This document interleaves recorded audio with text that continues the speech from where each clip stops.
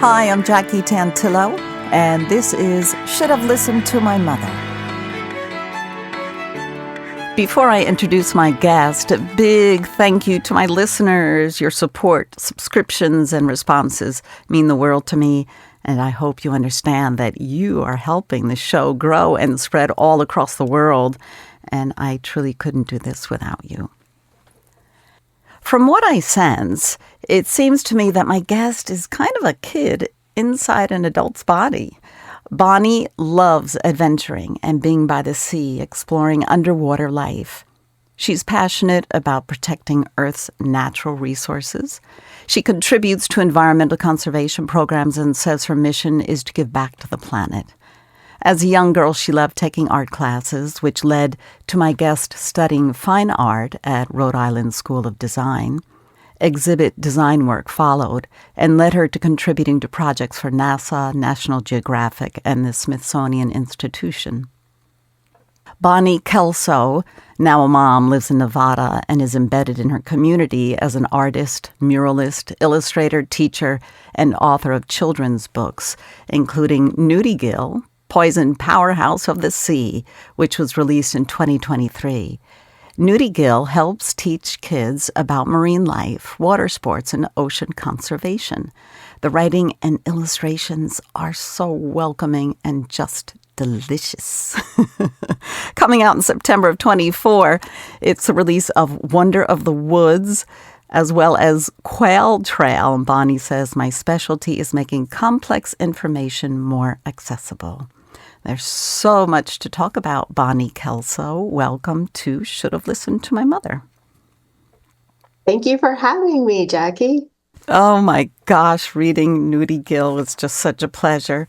And I've put the, I went kind of into a deep dive about the Nudie Bronc videos. and we'll talk about this a little later. But oh my gosh, the underwater sea creatures that, we see in movies, but I put links to things like that so people can actually see what we're talking about.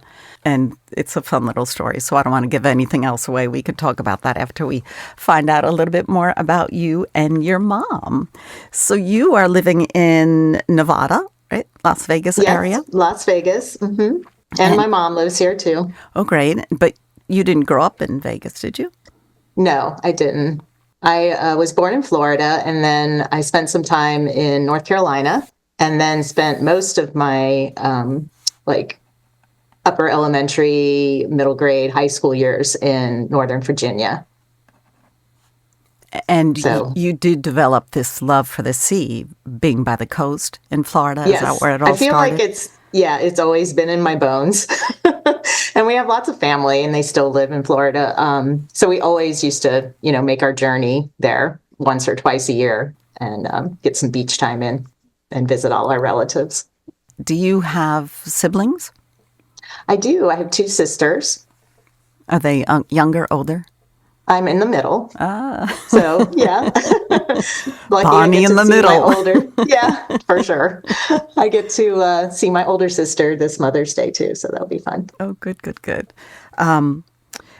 So your mom, you had three girls, right? How did what was her ideal image of how to raise three daughters? Tell us what her experience.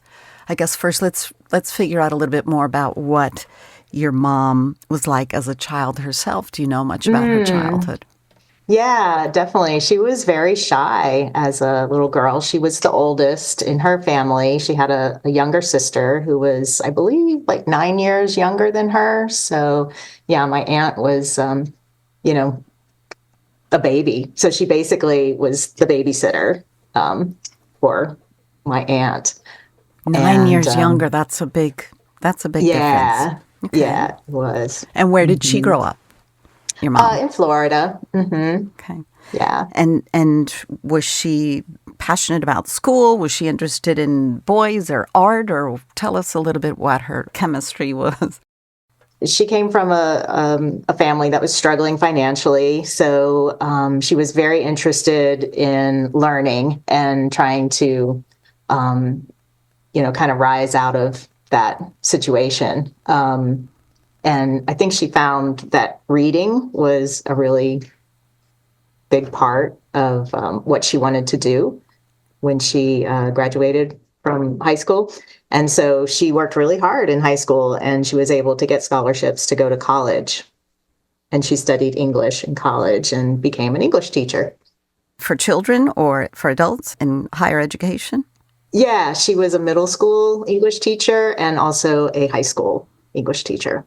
And did she want to become a writer?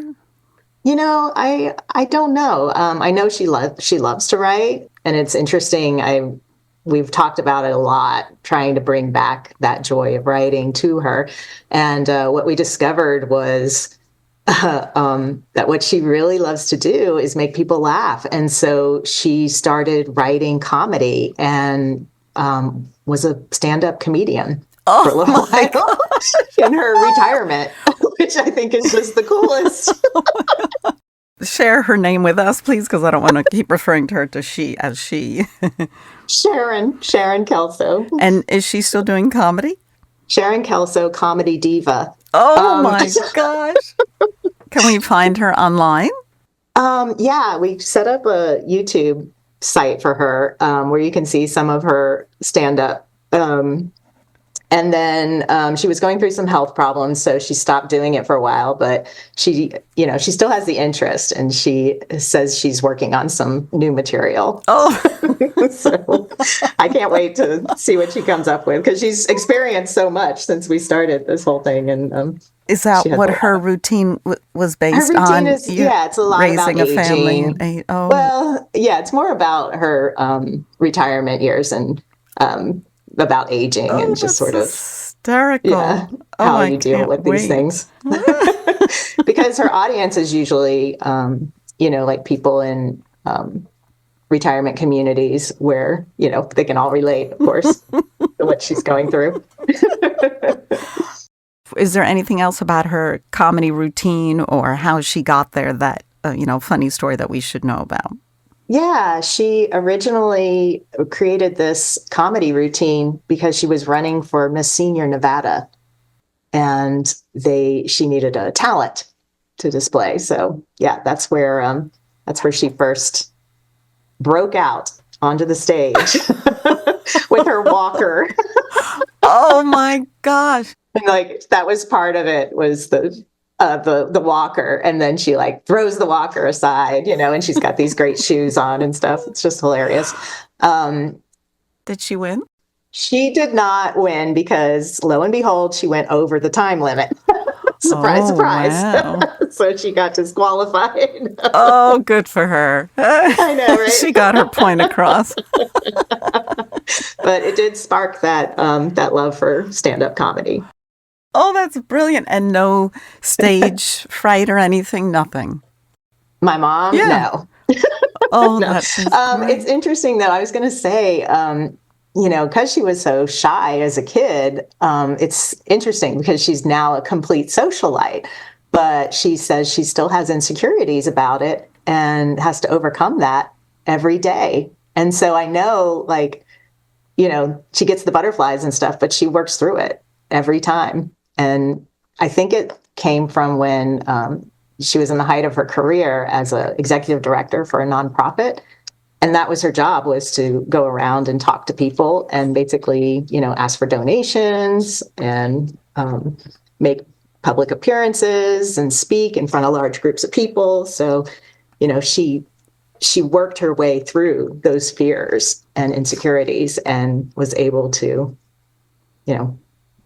talk about the things she's most passionate about. So you just kind of brushed over lightly this exec director of a nonprofit. Yeah. So I thought she was a teacher, and then she's a comedian now. So what was this middle part of her life? Yeah, so when we moved to Virginia, that was her first job, was working as a bookkeeper for this nonprofit, United Community Ministries. And they basically served a very large homeless population in Northern Virginia.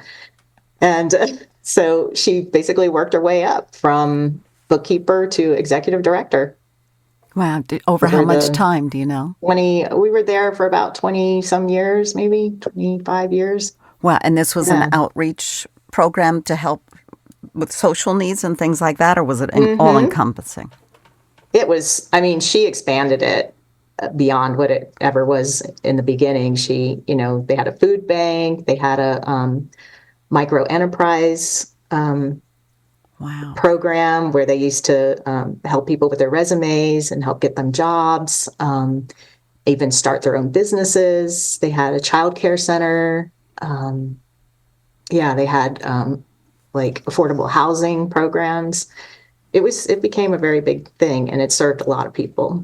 And So this was we're how all long very ago? proud of her. How long? Yeah, I'm. My mouth is hanging open here. So, how long ago is this? Just to give us an idea of the timeline. Goodness.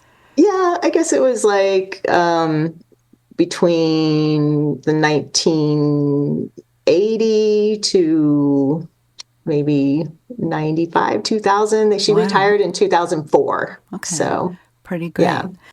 And moved out here to Las Vegas. That's a change from Northern Virginia to Las Vegas, right? Yes. Your mom, she was the caretaker of her younger sister, and she read a lot. She had her head in a book, as I say. Did she have a natural sunny disposition, or was it she was just trying to escape her environment and surroundings? I think she was looking at it as a way to escape and also to dream about what she wanted her life to be. That's pretty great. That's powerful. And did her life become what she had hoped it would? Yes. I think she is very satisfied with all the things she's accomplished in her life. I know sometimes she, now in retirement, she misses the excitement of, being an activist, really. But, she remembers how much work it was and how challenging it was. So that's why we started working together with her on her creativity and really exploring the comedy aspect and what other ways that she can bring joy to herself and her friends. Well, that's the thing, is that there's so many people that as they age, they feel that their self-importance doesn't matter, right? It starts to evaporate, and she could just go around and speak to people and inspire them, that it's never too late to pick up a new tool. Yeah, or sharpen those pencils, right? So she seems quite the inspiration. Yeah, for sure. You moved to Las Vegas. How old were you? Gosh, I guess I was. Yeah, I guess I was 34. Okay, so you're done with school, figuring out who you are or what you wanted to be, maybe a mom by then. Yeah. Actually, when I moved to Las Vegas, I was just planning on breezing through on my way to California. And I thought, I had made some money off of selling my condo in Virginia because I hit the market just right, And so I was like, I have all this savings and I really want to travel. So I started traveling and I applied for all these visas and I went on this trip all the way around the world. And then I came back and I was like, I think I need to do that some more. And so I went back out and I went around the world again. Wow, that's great. By yourself? Different places. Yes, by myself. I had some friends who joined me for part of the first part, but yeah, it was mostly by myself. Was this backpacking and things? Nope, I got a backpack and I did some camping. I did some, climbing some mountains and did a lot of scuba diving and just really wanted to see a lot of natural places, but also wanted to, hit all those iconic cities that I'd always been curious about. Yeah, pretty great. And how did your mom feel about you taking off by yourself? Well, it was before cell phones, so she was a little concerned, but she knew that that was something I wanted to do, and of course my dad was super excited for me, and something he would have always dreamed to have been able to do, and so they were great about it, and they let me stay with them while I was back getting more visas, and they were my home base, Look what I got today. Yeah, I know. So it was, yeah, I just like checked in once a week or once every other week via email and just kind of gave them an update of where I was and what I was up to and where I was doing next. So Anything like these adventures for you ever have been on a radar for her? Or was it big enough that she was going to college and become a teacher? I don't think so. I don't think it really was on radar for her. My dad was more of the adventurer, always wanted to go traveling. And my mom was like maybe hesitant, but she followed him to some amazing places and they've been on some cruises and things. And, she learned to love travel through him, I think. What vibe do you get from your mom if you close your eyes and you kind of see, sense, and feel her? Definitely happy thoughts. And like I was saying, the way she has overcome her insecurities. I think it's because she has such a genuine interest in people and really loves to tell stories. Do you have a different relationship with your mom than your two sisters? Yeah, I think so. We all have our special relationships with her, but then, when we're all together, it's great too. It's a totally different dynamic. And do your sisters live in Las Vegas or Nevada?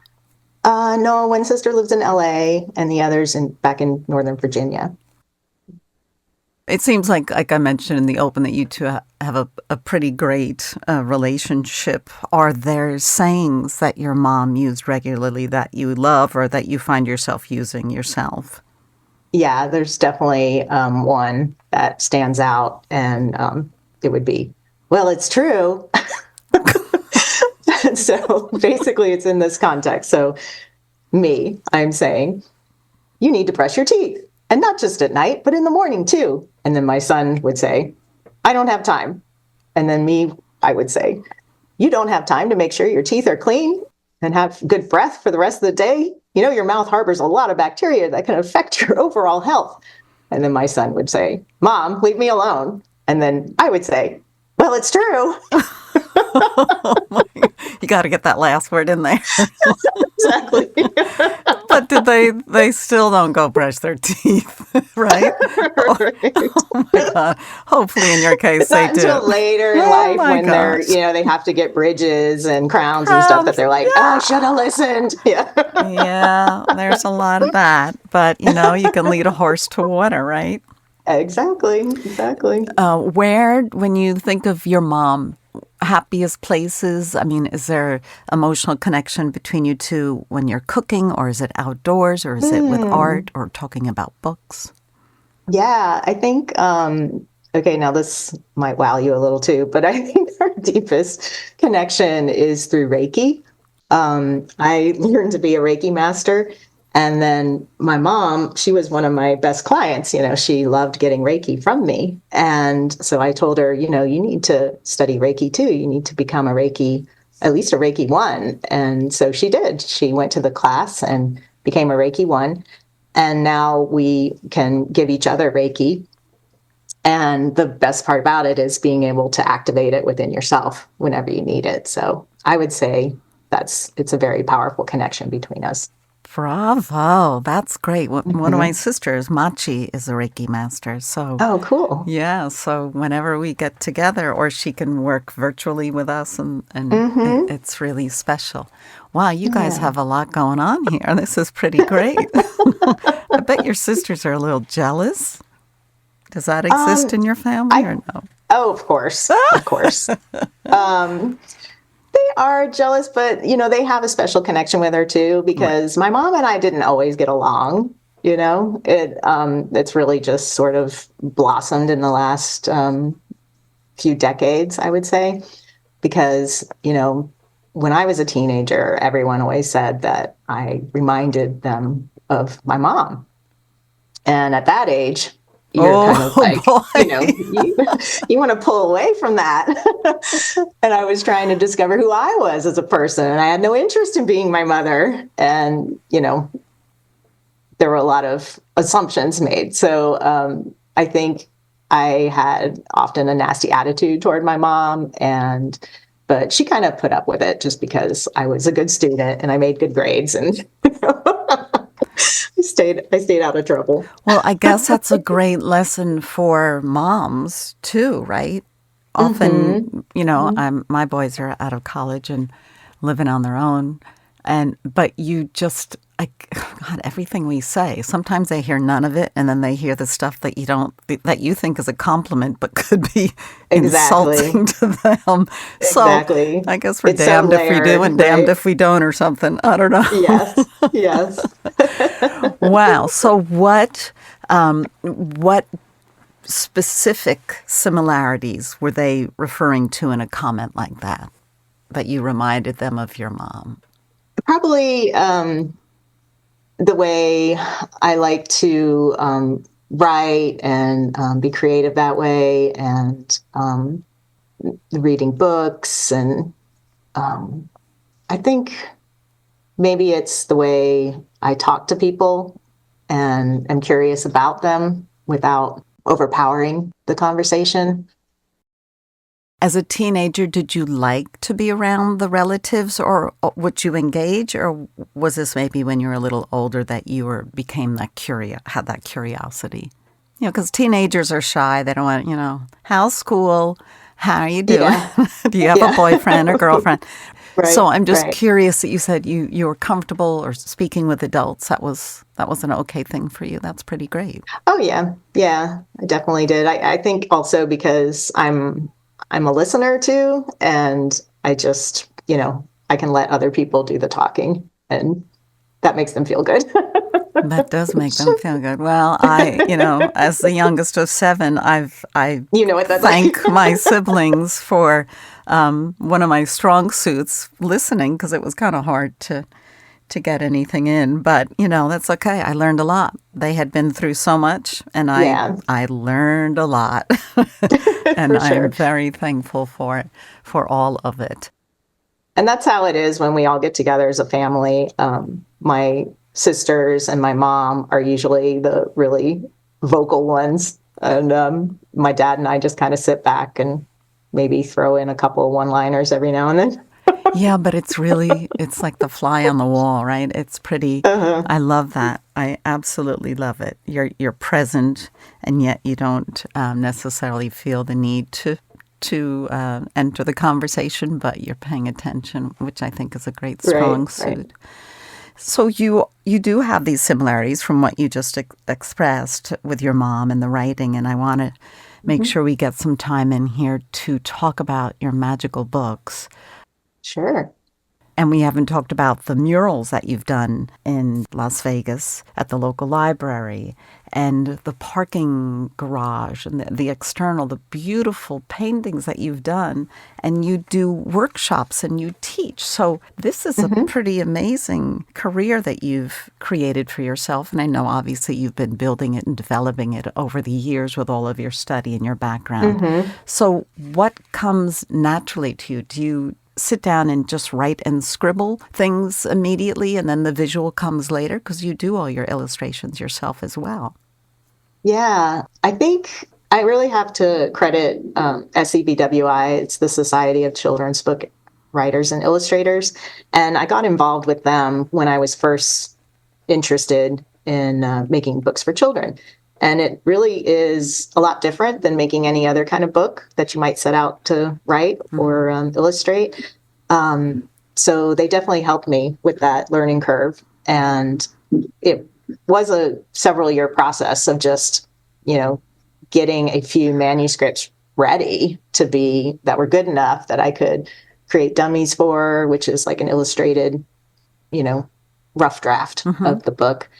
And yeah, so then you have to try to get an agent or a publisher. And I actually ended up getting a publishing deal on my own before I got agented, because it is a very competitive field. Sure, it really is. Any artist, it's hard, but Hmm. it's part of the process too. Even though one has an agent, it doesn't, for me, represented as a voiceover and on-camera talent, I didn't stop presenting my own work myself. I reached out to producers and directors and things like that, and I was able to bring work in and then bring it to my agent.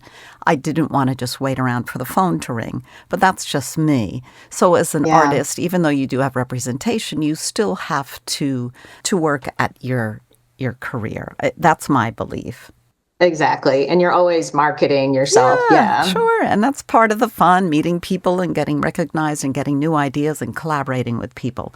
So, but it was always primarily children's books that caught your interest.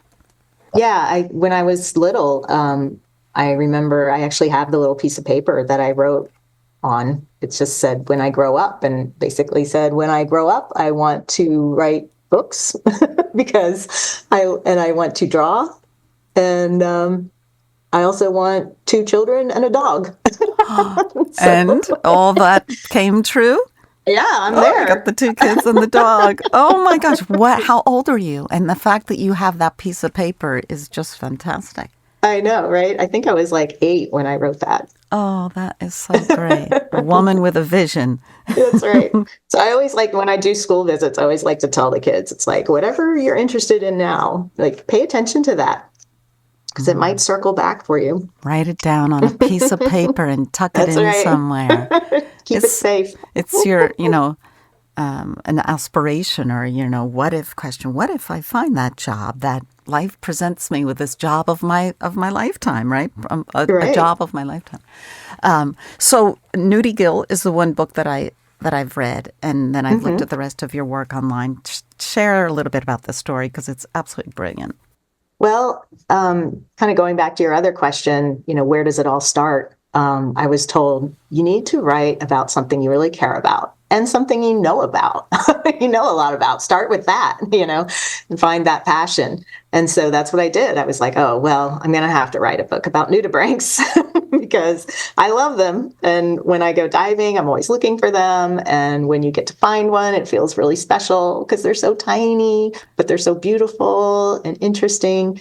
And so, I just kind of, like you were saying, I did that deep dive and sort of learned everything I could about nudibranchs and created this character, Gil, who, he has who's naked. A sassy attitude. Yes. So tell, for those who don't know, because I didn't know what a nudibranch was, they're magical. They're colors. You don't want to touch them and destroy them. They're precious, and they're giving us so much information about our planet in the sea. Yeah. Tell us a little bit about what a nudibranch is.